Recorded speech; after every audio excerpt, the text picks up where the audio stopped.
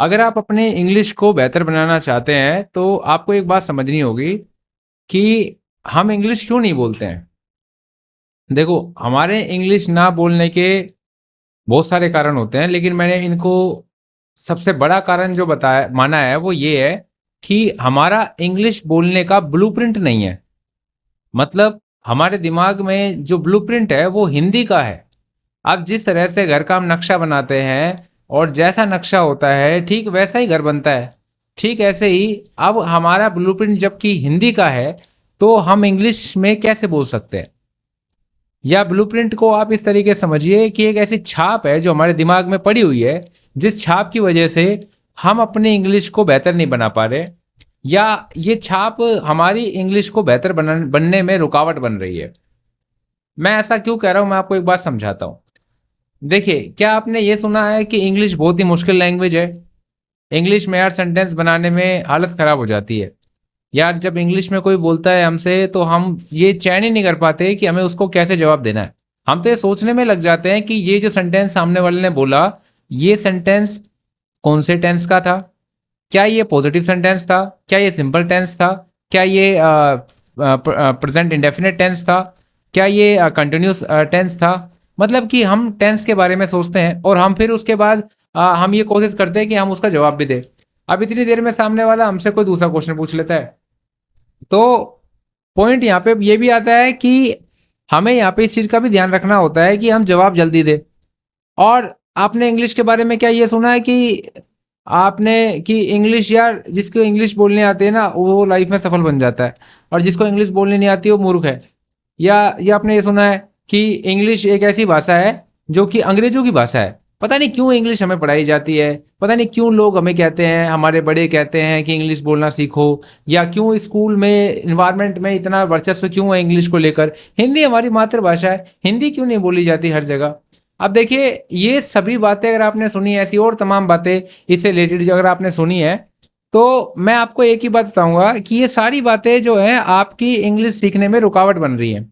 ये सभी बातों की वजह से आपका एक ब्लूप्रिंट बन गया है, एक ऐसा ब्लूप्रिंट जो आपको बताता है कि इंग्लिश सीखना बहुत ही मुश्किल है, इंग्लिश बोलना बहुत ही मुश्किल है। ये इसे इस ब्लूप्रिंट को बनने का जो कारण जो मैंने आपको शब्द बताए, ये शब्द आपने आसपास के लोगों से सुने हैं, अपने अध्यापक से भी सुने होंगे, या आपने अपने दोस्तों से सुने होंगे, या आपने आस पड़ोस में टीवी में, न्यूज़ में, कहीं पे भी आपने सुने होंगे। तो ये जो सुनने वाली जो प्रक्रिया होती है, इससे हमारा ब्लूप्रिंट बनता है। इस प्रोसेस को कहते हैं वर्ड प्रोग्रामिंग। यानी कि वर्ड प्रोग्रामिंग के थ्रू हमारे दिमाग में ये चीज़ें बैठ गई हैं कि हमें इंग्लिश बड़ी मुश्किल लगती है, और ये वर्ड प्रोग्रामिंग की वजह से ही हमारा ब्लूप्रिंट इस तरीके से बन जाता है। दूसरा कारण दूसरा कारण आपने कई बार देखा होगा कि आपके इंग्लिश के टीचर इंग्लिश नहीं बोलते, लेकिन वो इंग्लिश की किताबें पढ़ के आपको हिंदी में समझा देते हैं। या आप भी इंग्लिश का लेवल बस यही समझते हैं कि भाई आप इंग्लिश पढ़ लो और उसको समझा दो। तो यहाँ पे आपको इंग्लिश का मतलब कि ये समझ लो कि इंग्लिश का टॉप लेवल यही माना जाता है आपकी नज़र में ना। या आपने स्कूल में देखा कि एक टीचर पढ़ा रहा है, वो एक बच्चों को कहता है रीडिंग करो, और वो रीडिंग करता है, फिर उसके बाद वो हिंदी मतलब बता देता है, तो आप उस बात से संतुष्ट हो जाते हैं और आपकी क्लास खत्म हो जाती है।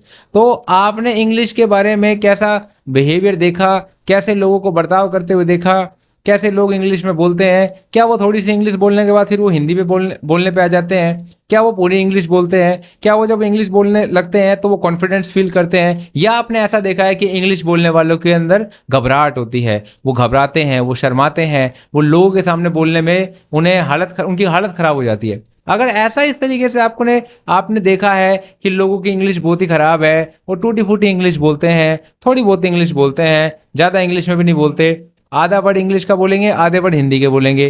तो अगर आपने इस तरीके के मतलब कि एक्टिविटीज़ देखी अपने आसपास में, तो आपकी एक प्रोग्रामिंग हो गई है। इस प्रोग्रामिंग का जो प्रोसेस है, इस प्रोसेस को कहते हैं मॉडलिंग।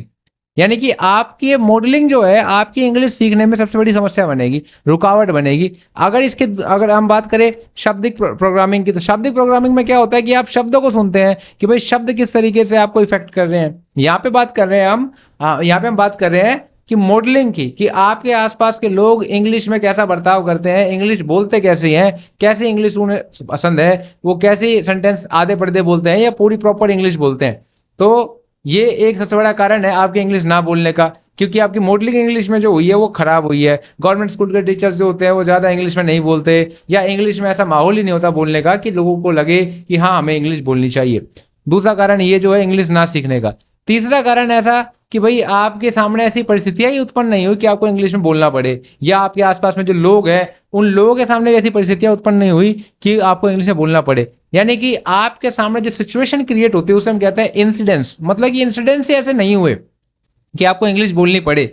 तो ये तीन समस्या है, इन तीन समस्या की वजह से आपकी इंग्लिश कम्युनिकेशन अच्छी नहीं हो सकती और आप इंग्लिश में अच्छी तरीके से नहीं बोलते। तो अब मैंने आपको तीन समस्याओं के बारे में तो बता दिया, अब मैं आपको तीन समस्याओं का समाधान भी दूंगा। देखो, आपको सबसे पहले तो आपको वर्ड प्रोग्रामिंग आपकी ठीक करनी पड़ेगी। आपको सीखने से पहले आपने जो गलत सीख रखा है ना उसको मिटाने का भी समाधान ढूंढना चाहिए, क्योंकि जो हमने गलत सीख रखा है ना वो हमारी रुकावट बनेगा, वो हमारे काम में हमेशा हमें अड़चन देगा, वो हमेशा हमें उसी रास्ते पे ले जाएगा जिस रास्ते पे हम उलझन में पड़े थे।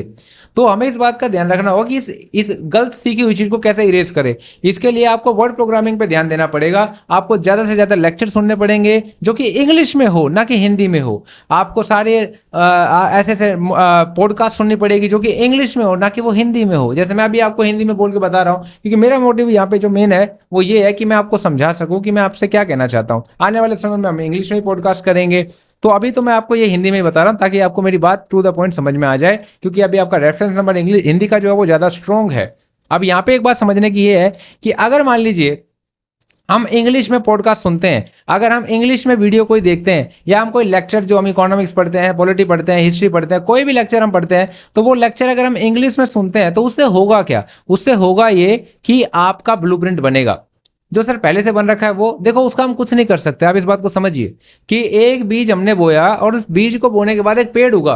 अब वो पेड़ के फल हमें पसंद नहीं है, वो पेड़ के फल बहुत छोटे हैं, तो हम उन फलों को बदल नहीं सकते।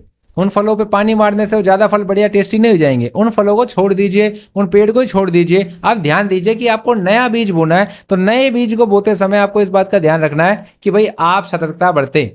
ठीक है, तो आपको मैं यही सलाह दूंगा कि आपको ऐसे लेक्चर सुनने चाहिए जो कि इंग्लिश में हो। भले ही आपको उस समय समझ में आ रही है, थोड़ी समझ में आ रही है, ज़्यादा समझ में आ रही है, कम समझ में आ रही है, नहीं समझ में आ रही है, कोई दिक्कत नहीं है।